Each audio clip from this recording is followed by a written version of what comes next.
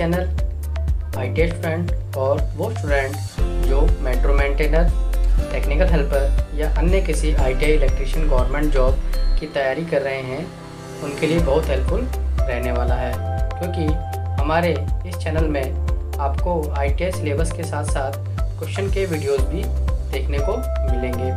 तो जल्दी से जल्दी चैनल को सब्सक्राइब करें और बेल आइकन को ऑन करें ताकि अगले आने वाले वीडियोस की जानकारी आपको सबसे पहले।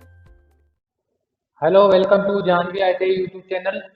मैं आपका विकास चौधरी, इलेक्ट्रीशियन इंस्ट्रक्टर 2012 से जेएमजेल में सिलेक्टेड हूँ और मैं आप लोगों के लिए क्या हूँ ट्रांसफार्मर यानी परिणामी तर्क। मैंने पहले बताया था कि अपन जो भी टॉपिक लेके चलेंगे वो अपन लेके चलेंगे निम्मी बेस पे, क्योंकि बहुत सारे एग्जाम में निम्मी लैंग्वेज पूछी जाती है। और इससे पहले इस चैनल पे मैं 2 वीडियो डाल चुका हूँ। आप पहले उन 2 वीडियो को देखें, उसके बाद में आप आज का वीडियो देखें, क्योंकि आप रेगुलर वीडियो देखोगे तो आपको समझ में जल्दी आएगा। और आज अपन लेके आए हैं ट्रांसफार्मर का वर्गीकरण। आज का जो अपना पार्ट है उसमें अपन लेके आए हैं ट्रांसफार्मर का वर्गीकरण। आज का अपना पार्ट है 3 ट्रांसफार्मर का वर्गीकरण आज अपन पढ़ेंगे। अब वर्गीकरण में क्या पढ़ेंगे कि ट्रांसफार्मर का वर्गीकरण कितने प्रकार से करते हैं तथा कौन कौन से प्रकार में क्या क्या होता है। लेकिन आज अपने अपने टॉपिक में विशेष अपन पढ़ेंगे कोर की संरचना के आधार पर ट्रांसफार्मर का वर्गीकरण। आज का अपना जो टॉपिक है वह है कोर की संरचना के आधार पर ट्रांसफार्मर का वर्गीकरण। तो टॉपिक स्टार्ट करने से पहले जो भी इस वीडियो पे नया आया है वो वीडियो को सब्सक्राइब करे तथा बेल आइकन को दबाए, जिससे आने वाली वीडियो से प्राप्त हो, और ज्यादा से ज्यादा वीडियो को शेयर करें। तो दोस्तों चलते हैं आज अपने टॉपिक पे ट्रांसफार्मर का वर्गीकरण। मैं आपको पहले बता दूं कि ट्रांसफार्मर का जो वर्गीकरण है वो 6 प्रकार से किया जाता है। कितने प्रकार से किया जाता है? 6 प्रकार से। जिसमें पहला होता है आपका कोर की संरचना के आधार पे। कोर की संरचना के आधार पे अपन ट्रांसफार्मर का वर्गीकरण 3 प्रकार से करता है। पहला होता है क्रोड टाइप, दूसरा होता है शेल टाइप और तीसरा होता है बेल टाइप। ये कोर की संरचना के आधार पे लेते हैं। ये जो अपन ट्रांसफार्मर में कोर लगाते हैं ना, कोर, इस कोर की संरचना पे। दूसरा वर्गीकरण अपन करता है वोल्टेज के आधार पे। वोल्टेज के आधार पे वर्गीकरण 2 प्रकार से होता है, एक उच्चाई ट्रांसफार्मर और एक अपचाई ट्रांसफार्मर, यानी स्टेप अप और स्टेप डाउन ट्रांसफार्मर। नेक्स्ट होता है अपने फेजों की संख्या के आधार पे। फेजों की संख्या के ट्रांसफार्मर अपने 2 प्रकार का होता है, एक होता है एकल कला ट्रांसफार्मर और दूसरा होता है त्रिकला ट्रांसफार्मर, यानी सिंगल फेज और 3 फेज। नेक्स्ट अपने होता है व्यापारिक आधार पे। व्यापारिक आधार पे अपने जो ट्रांसफार्मर का वर्गीकरण अपने 2 प्रकार से होता है, एक होता है अपने पावर ट्रांसफार्मर और एक होता है अपना डिस्ट्रीब्यूशन ट्रांसफार्मर। जो बड़े ट्रांसफार्मर होते हैं वो पावर ट्रांसफार्मर होते हैं और जो अपने प्रयोग में लाए जाते हैं अधिकतर होते हैं डिस्ट्रीब्यूशन ट्रांसफार्मर। और एक वर्गीकरण अपने होता है स्थापना स्थल के आधार पे। स्थापना स्थल के आधार पर कैसे कि अपने ट्रांसफार्मर को स्थापित कहाँ पे करते हैं। एक होता है अपने आउटडोर, एक होता है अपने इंडोर। आउटडोर और इंडोर के आधार पर ट्रांसफार्मर का वर्गीकरण करते हैं। जिसमें अपने आउटडोर होता है जो अपने पावर हाउस में लगाते हैं वो होता है, इंडोर होता है जो ट्रांसफार्मर को अपने अंदर स्थापित करते हैं। तीसरा जो वर्गीकरण करते हैं वो अपन करते हैं इंस्ट्रूमेंट के आधार पे। किसके आधार पे? इंस्ट्रूमेंट के आधार पे। इंस्ट्रूमेंट के आधार पे ट्रांसफार्मर 2 होते हैं, एक करंट ट्रांसफार्मर और एक पोटेंशियल ट्रांसफार्मर। कितने प्रकार का होता है? 2 प्रकार का, एक करंट ट्रांसफार्मर और एक पोटेंशियल ट्रांसफार्मर, जिसको अपन बोलते हैं सीटी और पीटी। और एक हम पढ़ेंगे ऑटो ट्रांसफार्मर। ऑटो ट्रांसफार्मर क्या होता है, किस प्रकार से ऑटो ट्रांसफार्मर प्रयोग में लाया जाता है। तो दोस्तों आज चलते हैं अपन, पहला अपन पढ़ते हैं कोर की संरचना के आधार पर ट्रांसफार्मर का वर्गीकरण। एक एक पार्ट को अपन वीडियो में लेके चलेंगे। आज की वीडियो में अपने टॉपिक है कोर की संरचना के आधार पर ट्रांसफार्मर का वर्गीकरण। तो कोर की संरचना के आधार पर पहला अपन लेके चलते हैं करोड़ प्रकार का ट्रांसफार्मर। इसमें क्या होता है, क्यों ये प्रयोग में लाया जाता है, इसके बारे में आज अपन पढ़ने वाले हैं। पहला पढ़ते अपन क्रोड टाइप। पहले तो आपको ये पता होना चाहिए कि ट्रांसफार्मर में क्रोड क्यों प्रयोग में लाई जाती है। ये मैंने पिछले वीडियो में भी बताया था कि कोर का क्या कार्य होता है।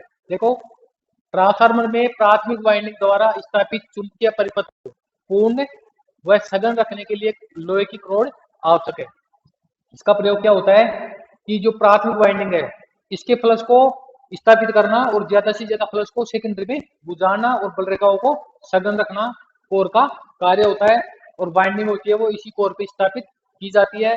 और मैंने बताया था कोर होती है वो किसकी बनाई जाती है, सिलिकॉन स्टील की लेमिनेटेड, यानी कोर को क्या किया जाता है, पटलन किया जाता है, जिससे स्टेरिसानी और बवरानी को कम किया जा सके। और अपने जो इस ट्रांसफार्मर होते हैं इसके अंदर जो कोर होती है वो कौन कौन सी संरचना में होती है, ये आपको ध्यान रखना है कि क्रोड EIULJC आकृति की होती है। इसी आकृति की क्रोड बनाई जाती है क्योंकि अपन कोर को ठोस नहीं बना सकते। उसको इस प्रकार आकृतियों में बांटा जाता है कि उसके अंदर उष्मा का विकिरण हो। कोर को किस प्रकार बांटा जाता है कि उष्मा का विकिरण हो, तो उसकी पतली पतली पत्तियां यानी पटलन बना ली जाती है, लेमिनेट कर दी जाती है। तो ये कोर की आकृति होती है। EIUL जैसी आकृति की कोर प्रयोग में लाई जाती है तीनों ट्रांसफार्मर में, कोर टाइप में, सेल टाइप में और बे टाइप में। अब होता है कि कोर प्रकार का जो ट्रांसफार्मर है इसमें कौन कौन सी कोर काम में लाई जाती है, किस प्रकार से वाइंडिंग की जाती है, वो देखना आपको। इस ट्रांसफार्मर में UIL की आकृति की कोर के दो सेट प्रयोग होते हैं। अपना पहला पढ़ रहे हैं कोर टाइप। ये अपना डायग्राम देखो, अपना ये ट्रांसफार्मर है, इसके अंदर क्या होता है UI और L, यानी ये जो कोर होती है ये अपने यहाँ पे लेते हैं यू टाइप, ये अपने यहाँ पे लेते हैं यू टाइप का एक सेट होता है इस प्रकार से, और इस प्रकार से इस कोर को आगे से बंद करने के लिए आई टाइप की कोर लगा देते हैं। तो ये क्या बन जाता है, एक आपका आयताकार फ्रेम बन जाता है इस प्रकार से। ये क्या बन जाता है आपका, एक इस प्रकार से कोर का आयताकार फ्रेम बन जाता है। ऐसी बहुत सारी कोरें जब अपन ऐसे लगाएंगे, ऐसी बहुत सारी कोरें लगा के इसको पटलन किया जाता है, ऐसे बहुत सारी कोर लगा देंगे तो ये क्या बन जाएगी, आपकी पटलन बन जाएगी। इसको क्या बोलते हैं अपन, लेमिनेटेड। तो इस प्रकार से आयताकार फ्रेम बनता है। एक सेट लेते हैं अपन एल आकृति की, इस प्रकार आपके दो एल आकृति की कोर लेते हैं इस प्रकार। ये एक एल आकृति की एक कोर सेट और ये एल आकृति की दूसरा सेट, ये दो सेट अपन प्रयोग करते हैं। तो ये भी क्या बनता है, आपका एक आयताकार फ्रेम बनता है। और ऐसा सेट बनने के बाद में अपन क्या करते हैं, इस वाइंडिंग, इसके ऊपर क्या करते हैं अपन, प्राथमिक वाइंडिंग और द्वितीयक वाइंडिंग करते हैं। यहाँ पे दिख रहा है आपका कोर टाइप ट्रांसफार्मर के अंदर फर्स्ट तरफ अपन लगाते हैं प्राथमिक वाइंडिंग और दूसरी तरफ लगाते हैं अपन सेकेंडरी वाइंडिंग। तो इसमें क्या होता है कि ऐसे कोर स्थापित करने के बाद में एक तरफ सिरे निकालते हैं अपन प्राथमिक वाइंडिंग के, दूसरे निकालते हैं अपन सेकेंडरी वाइंडिंग के सिरे। नेक्स्ट देखो, इस प्रकार से आकृति समझ में आ गया आपको। UI से बना दिए एक सेट आयताकार और दो एल पट्टियों से बना दिए आयताकार सेट। दोनों सेटों को यहाँ पे क्या किया आपने, प्राइमरी वाइंडिंग और सेकेंडरी वाइंडिंग स्थापित कर दी।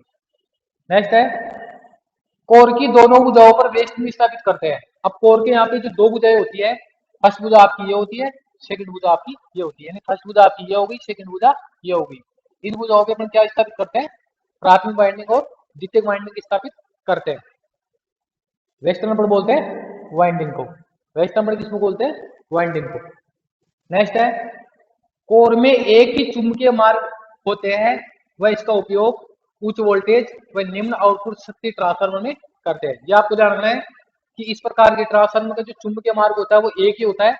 यहाँ पे अपने वाइंडिंग स्थापित कर दी, तो ये चुंबकीय क्षेत्र प्राथमिक से द्वितीयक में आने के लिए चुंबक के अंदर एक ही मार्ग स्थापित होता है, इसलिए इसका प्रयोग कहाँ पे करते हैं अपन, इसका उपयोग उच्च वोल्टेज व निम्न आउटपुट शक्ति ट्रांसफार्मर में करते हैं। तो अपने ज्यादा से ज्यादा जो ट्रांसफार्मर होते हैं वो अपने कौन से होते हैं, अपने कोर टाइप ट्रांसफार्मर लेते हैं, क्योंकि इसके अंदर क्या होता है कि उष्मा का विकिरण अधिक होता है और चुंबकीय लीकेज भी थोड़ा कम होता है, इसलिए इस ट्रांसफार्मर का उपयोग उच्च वोल्टेज व निम्न शक्ति आउटपुट ट्रांसफार्मर में करते हैं। यह आप लोगों को ध्यान रखना है कि इसमें चुंबकीय का एक ही मार्ग स्थापित होता है और इसके अंदर इस प्रकार की कोर काम मिलाई जाती है। नेक्स्ट चलते हैं अपन सेल प्रकार का ट्रांसफार्मर। नेक्स्ट कौन सा चलते हैं आज अपना, सेल प्रकार का ट्रांसफार्मर। सेल प्रकार का ट्रांसफार्मर होता है, इसमें क्या होता है कि इस प्रकार के ट्रांसफार्मर में EI, M व TU की पटलन कोर प्रयोग होती है। ये सेल टाइप ट्रांसफार्मर है, इसमें क्या होता है, ये आपके E प्रकार की कोर और यहाँ पे होती है आपकी I प्रकार की कोर लेते हैं। इसमें भी क्या बनता है आपका एक इस प्रकार से आयताकार फ्रेम बनता है। इसमें भी क्या बनता है, पटलन करके एक आयताकार फ्रेम तैयार होता है। E और I सेट लेते हैं तथा M प्रकार की, अगर इसमें अपन M प्रकार की कोर भी जोड़ते हैं तो इस प्रकार से जब आप M प्रकार को जोड़ोगे इस प्रकार से भी क्या होता है, इसमें एक आयताकार सेट प्राप्त होता है। और इसमें अगर आप T को, जैसे आपका ये दिख रहा है T, ये आपकी कौन सी है, T आकृति, और ये सेट है आपका U आकृति। इस प्रकार से जब T को और U को मिलाया जाता है तो यहाँ पे क्या होता है कि इसके अंदर एक बीच में से कोर का मार्ग निकलता है जिसके ऊपर वाइंडिंग स्थापित की जाती है। अब इसमें वाइंडिंग कैसे स्थापित करते हैं कि इस प्रकार से जब इनको जोड़ते हैं इन पत्तियों को तो यहाँ पे आपका एक आयताकार फ्रेम तैयार होता है। यहाँ पे क्या बनता है आपका, एक आयताकार फ्रेम बनता है। इसके मध्य भुजा पे, इसके मध्य भुजा पे यहाँ पे प्राइमरी वाइंडिंग लपेटते हैं और उसके ऊपर इंसुलेशन चढ़ा के उसी के ऊपर सेकेंडरी वाइंडिंग स्थापित की जाती है। यानी एक ही भुजा पे दोनों वाइंडिंग स्थापित करते हैं। पहला मैंने कोर प्रकार पढ़ाया था, उसमें दोनों भुजाएं अलग अलग भुजाओं पे वाइंडिंग स्थापित करते हैं। जैसे प्राथमिक को यहाँ किया था और सेकेंडरी को यहाँ किया था। लेकिन सेल टाइप में क्या होता है कि एक ही जो मध्य भुजा होती है, जैसे यहाँ पे ये दिख रही है ना, यहाँ पे ये मध्य भुजा होती है, यहाँ पे ये मध्य भुजा होती है, यहाँ पे ये मध्य भुजा होती है। एक ही मध्य भुजा पे क्या किया जाता है, दोनों वाइंडिंग स्थापित करते हैं और दोनों वाइंडिंगों को बीच में इंसुलेटेड रखते हैं। इनका आपस में कोई वैद्युतिक कनेक्शन नहीं होता। तो इस प्रकार से शेल टाइप ट्रांसफार्मर में मध्य भुजा पे यहाँ प्राथमिक वाइंडिंग करते हैं और यहाँ इसी के ऊपर इंसुलेशन लगा के द्वितीयक वाइंडिंग करते हैं एक ही मध्य भुजा पे। ऐसा करने से क्या होता है वो अपन देखते हैं टॉपिक में। इसकी मध्य भुजा पर प्राथमिक वेष्टन व उसके ऊपर द्वितीय वेष्टन करते हैं। अभी मैंने बताया कि इसकी मध्य भुजा पे प्राथमिक वेष्टन और उसके ऊपर द्वितीय वेष्टन अपन करते हैं।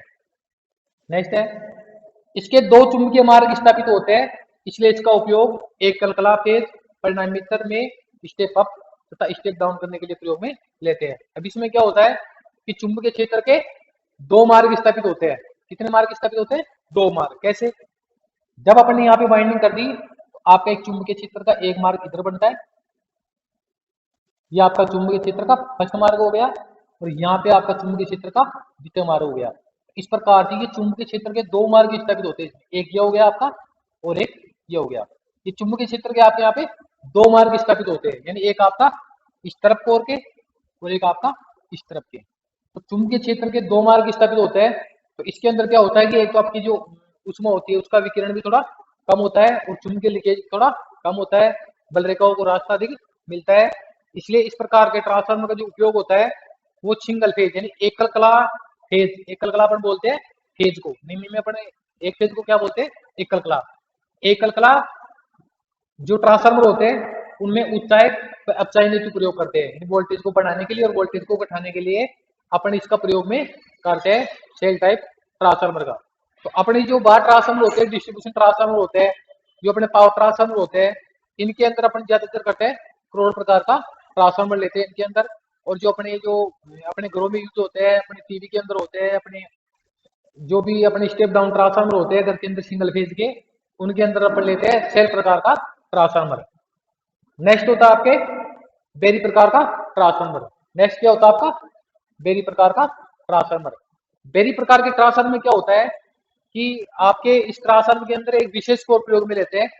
विशेष का मतलब ये हो गया कि इसके अंदर तो जैसे आपके एक आयताकार फ्रेम लिए थे, इसमें चुंबकीय फ्लक्स के दो रास्ते थे, लेकिन जो बेरी प्रकार का ट्रांसफार्मर होता है उसमें कोर मध्य भुजा से कोर के बहुत सारे रास्ते स्थापित किए जाते हैं।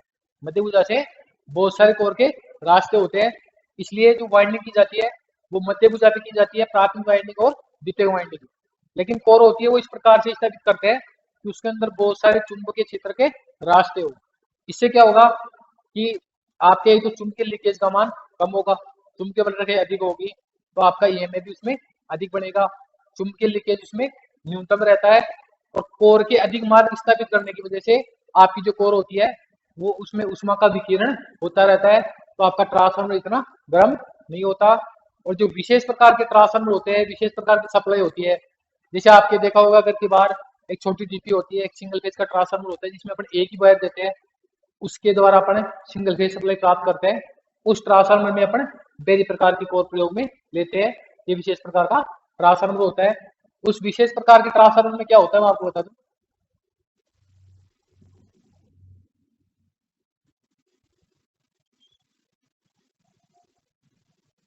उसकी मध्य भुजा पे अपन जैसे बाइंडिंग करते हैं प्राथमिक वाइंडिंग और द्वितीयक वाइंडिंग, प्राथमिक वाइंडिंग और द्वितीयक वाइंडिंग, उसके ऊपर अपन वाइंडिंग करते हैं। अब उसके सेंटर से क्या होता है, ऐसे बहुत सारे चुंबकीय रास्ते स्थापित होते हैं।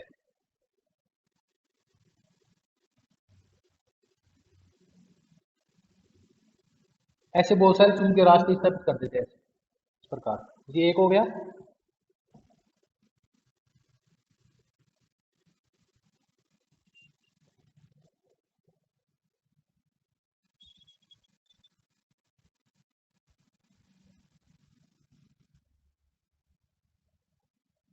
ऐसे चुंबकीय क्षेत्र के दो रास्ते, फिर उसी से आगे फिर ऊपर बढ़ाते जाते हैं, जैसे ऐसे ले गए फिर ऐसे ले गए, फिर अपन चुंबकीय क्षेत्र के एक रास्ता ये हो गया। मध्य भुजा से बहुत सारे चुंबकीय क्षेत्र के रास्ते होते हैं ऐसे। इस प्रकार से इसमें क्या होता है कि ऐसे ये मध्य भुजा होती है, इसके ऊपर अपन दोनों वाइंडिंग कर देते हैं और मध्य भुजा से बहुत सारी कोरों के रास्ते होते हैं। इसमें चुंबकीय क्षेत्र के बहुत सारे रास्ते होते हैं। ऐसे कोरे निकलने से क्या होता है कि एक तो आपका चुंबकीय क्षेत्र इसमें अधिक बनता है और चुंबकीय क्षेत्र का लीकेज कम रहता है, और इसके अंदर जो उष्मा होती है उसका विकिरण होता रहता है, क्योंकि कोरे अपनी खुली खुली बनाई जाती है तो कोरो इतनी गर्म नहीं होती है। इसलिए ये बेरी प्रकार का जो ट्रांसफार्मर होता है वो विशेष प्रकार का ट्रांसफार्मर होता है। इसमें सतिया कम होती है और अपन इसका प्रयोग करते हैं। अब आज की टॉपिक में अपन पढ़ते हैं ट्रांसफार्मर का वर्गीकरण। नेक्स्ट जो वीडियो अपन लेके आएंगे उसमें अपन पढ़ेंगे कि जो अपना जो अगला वर्गीकरण है कि ट्रांसफार्मर का जो वर्गीकरण होता है अपना वोल्टता के आधार पे करते हैं। इस पे करते हैं वोल्टता के आधार पे। स्टेप डाउन क्या होता है, स्टेप अप क्या होता है, या इसके बाद में अपन पढ़ेंगे कि आपका ऑटो ट्रांसफार्मर क्या होता है। तो ऐसे अपन वर्गीकरण के प्रत्येक वीडियो बनाएंगे, लेकिन आज के इस वीडियो में तो अपना ट्रांसफार्मर का कोर की संरचना के आधार पे वर्गीकरण। अगर इस अगर इस टॉपिक में अगर समझ में नहीं आया हो, क्वेश्चन पूछना हो, तो कमेंट बॉक्स में मुझे कमेंट करें और चैनल को सब्सक्राइब करें। धन्यवाद।